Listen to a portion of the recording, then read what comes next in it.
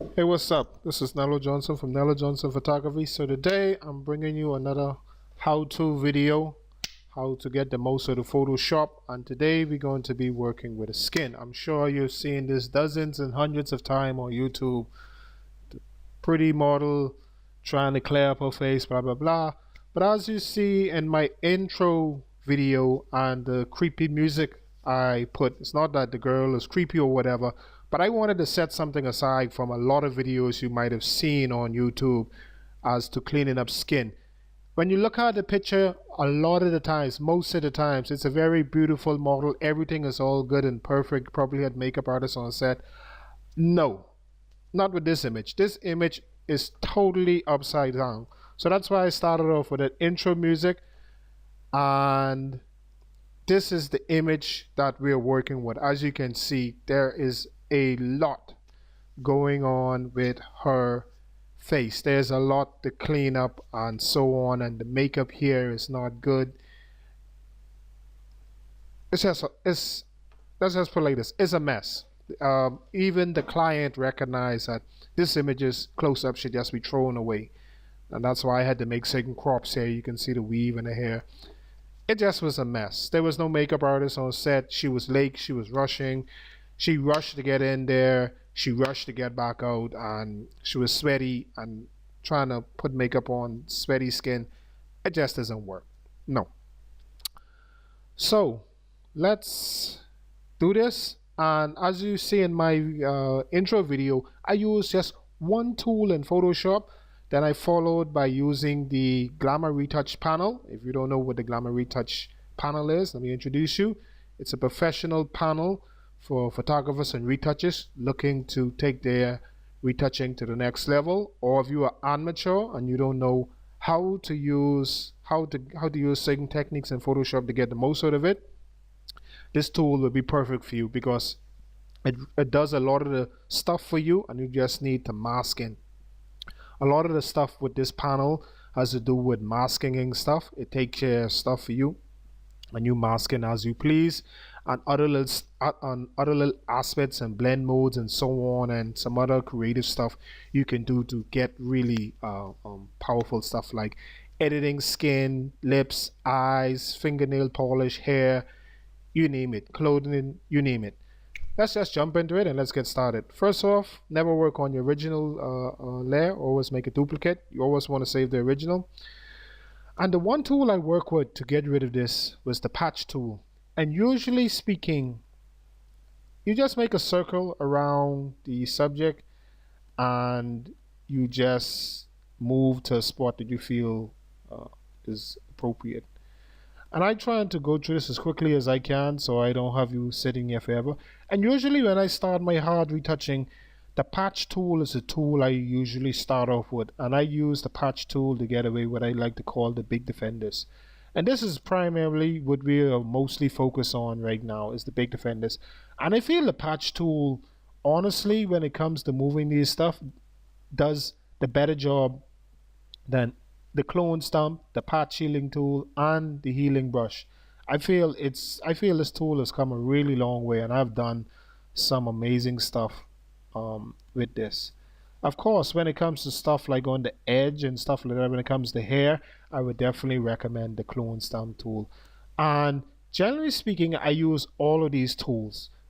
But when I have a skin like this, the patch tool is usually my first tool I use. And I use it to get rid of most of the big imperfection, which in reality can be 50, I would say minimum 50% of the main hard retouching stuff, and it goes quite quickly. Let's just show you where we came from quick as that. I was using stuff like the clone stamp tool, and it does, and to me this does a really good job of blending in.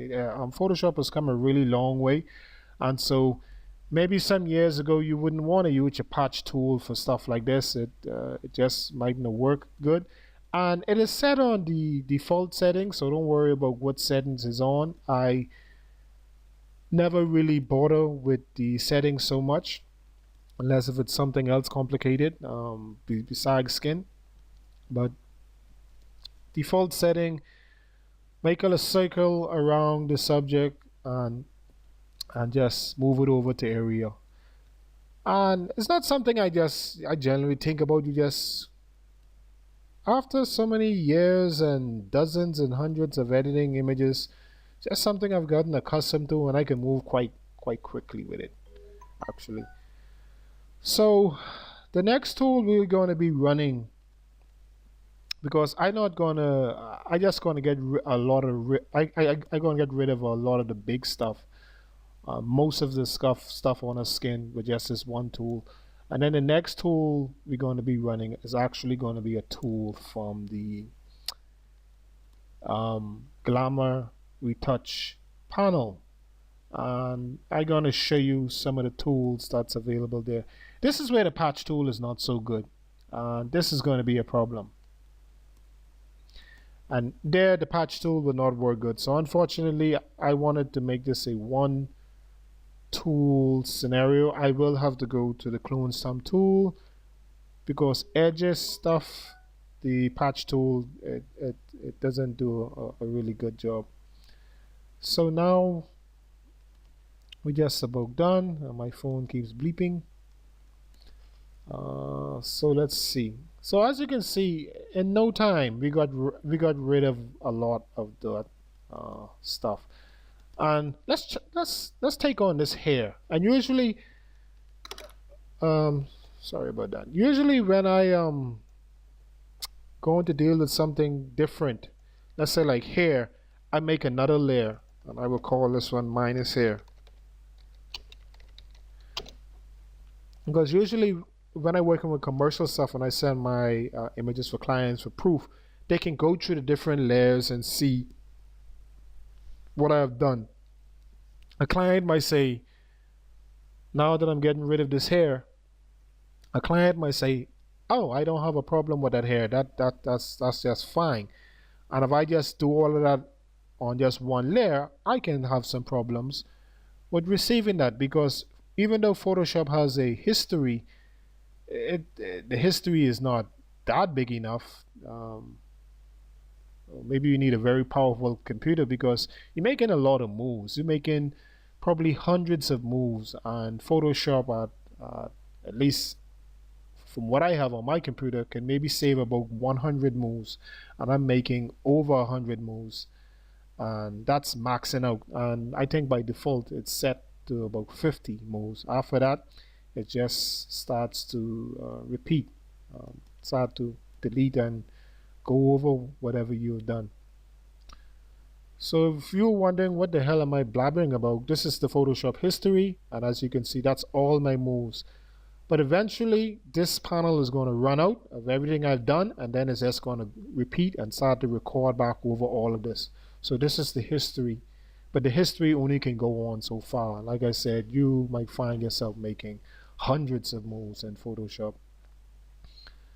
So let's just see how much of this hair and here we can clean up and so on. And here in retouching industry, we call this right here, most of our skin, we basically call this chicken skin in Photoshop. I'm not trying to be funny or anything, but that means if someone sent me a project, if it was a bunch of us working and someone said, hey, do you want to take on this project with the chicken skin? We all know, oh, that's going to be some really difficult work to deal with. Sometimes it even means kind of destroying the skin and making fake skin with maybe, or some fake texture with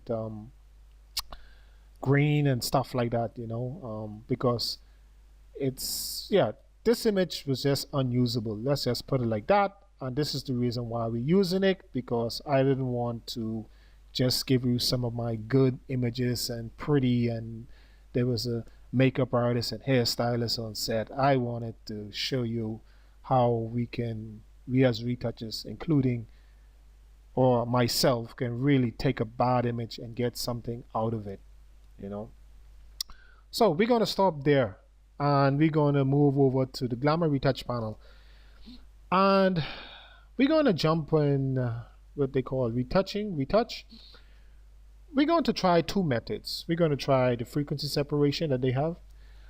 And if you're not familiar with frequency separation is basically a way of smoothing, getting rid of imperfection and evening out skin tones, skin color, and stuff like that. And usually it's separated in different frequencies or different layers. It can be, I've seen some with 2, I've seen some with 3, I've seen some with even 5. I think this panel has one with 5, which I will go into later because it's very advanced. This is the only panel, this is one of the only panels that have a frequency separation version that there's just one layer, and all you need is a white brush. Everything is combined together, and all you need is a white brush and paint away. Let's get a little bit closer. And I like to rotate my image. I always recommend painting in the direction of the skin and just paint away. Don't worry about those highlights too much. I'm also using a Wacom tablet.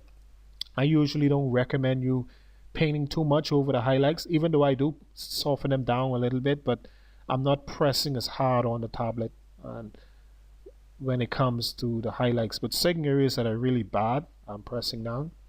By default, this frequency separation is by 50%.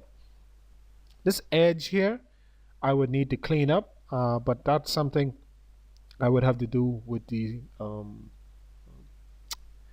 not the healing brush, the clone sum tool. But again, this video is all about the patch tool and the Glamour panel, so I would leave that there for now, but be aware I do notice that, and that's an easy fix.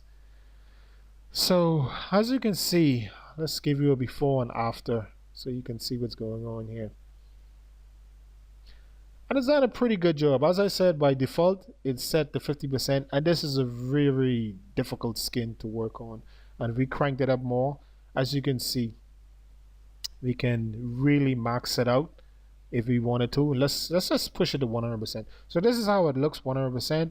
Obviously it's gone a little bit, it's gone too far, but we can crank that there, and we can crank that there. Also, there's another thing they have called dolly skin. I really love this actually. This is something I use with my Glamour images. It's very nice. So let's give this a try. And this is really, dolly skin is a good word for it. If you do anything like glamour, boudoir, anything sexy like that, this panel and this dolly skin is a magic. It really does, because a lot of these kind of images, let's say especially boudoir, you know, stuff like that, the images tend to be really soft. We tend to use a lot of soft light, you know, we want to make, you know, the woman, we tend to not really use hard lights on stuff like that, even though you can. So this is really awesome. And let's put this frequency separation above. You know what, let's get rid of the frequency let's put the frequency separation, yes, it's there. So let's try the dolly skin. And I like the dolly skin, but I can see on this skin I am not too sure. I think here it works good, but I think up top of here the skin is just really the texture is not so nice originally, but definitely for glamour shots. But down here I like the way how it works. Maybe I need to just bring it back a little bit. And that's a good thing about this, because working with frequency separation, usually you cannot bring back. It's really, it can be non-destructive. So there is a way to go about doing it, but it's an extra step. But the frequency separation in this panel is non-destructive, and you can go back and take back if you felt it was too strong. So for this skin above here, I don't like the skin texture on top of here. I think down here the doll skin works really good. Obviously I can always bring it back or whatever, but for up here I think the frequency separation would be the best method. And let's just turn it back on, and I feel this would be the best method. If I needed to add more frequency separation, let's say in a certain area, I can always merge down this layer, and I can run another script of frequency separation, and I can just work on whatever I need to here. Obviously there's much more work that needs to be done. There's a lots of dodging and burning, because the makeup is really bad. You can really see the big difference. Not even frequency separation can save the day with this, but we can get pretty close, and a lot of it will be dodging and burning, or if you prefer using gradient and stuff like that. But I choose dodging and burning because yeah, I just choose that to try to blend in, because sometimes when you go too far, even though as retouchers we can't do the impossible, you can really make an image look retouch. So try to get as much done on set. You know, be mindful of the client makeup and stuff like that, and the temperature. If it's warm and they have on makeup, it can really be, and using hard light and so on. She wanted hard lights for this image, and I didn't recommend it. I right away I was like, no way. Hard light is for special stuff, and it needs a lot of preparation because hard light really pops up the details. So even though she got some really nice images, but these close-up images, I just felt like hard lights was not going to work. And there we go. So let's create no image, and usually, as I say, when something, you know, just is not working, I usually would just crop it out. And let's see about this, and I think we're in a pretty good spot. I think we're in a reasonable good spot. My computer feels like it's slowing down nowadays. It's not as snappy as before. So that's that. Let's just look at where we came from. So this is the original, and this is after. Big difference. Again, I would highly recommend try to get a lot of stuff done on set, and for images like this you really want to be careful. I used a softbox with no grid, no diffusion, just the inner part of the softbox that give a really hard light, because we were shooting fashion that day, and by the end of the day she wanted some close-up images and I know they would have not worked out good, but the fashion images came out good. Hard light is really good for fashion stuff and so on. So hope you enjoyed this video. I have much more how-to and much more in-depth videos on the Glamour Retouch panel. Awesome panel, I have to say. I highly recommend if you want to take your retouching to a whole another level, and I guarantee you, you're going to find a lot of stuff in this panel that you've never seen before. This panel, I'm going to give you a little teaser. With this panel, I'm able to create makeup. I'm honestly can fix her lipstick, I can make makeup on her, mascara, eyeliner, fix her eyes. If she had nails in the photo, I can paint the nails. This panel is amazing, and if you want to learn more, don't forget to subscribe, hit like, leave a comment, and I'll see you around in the next video.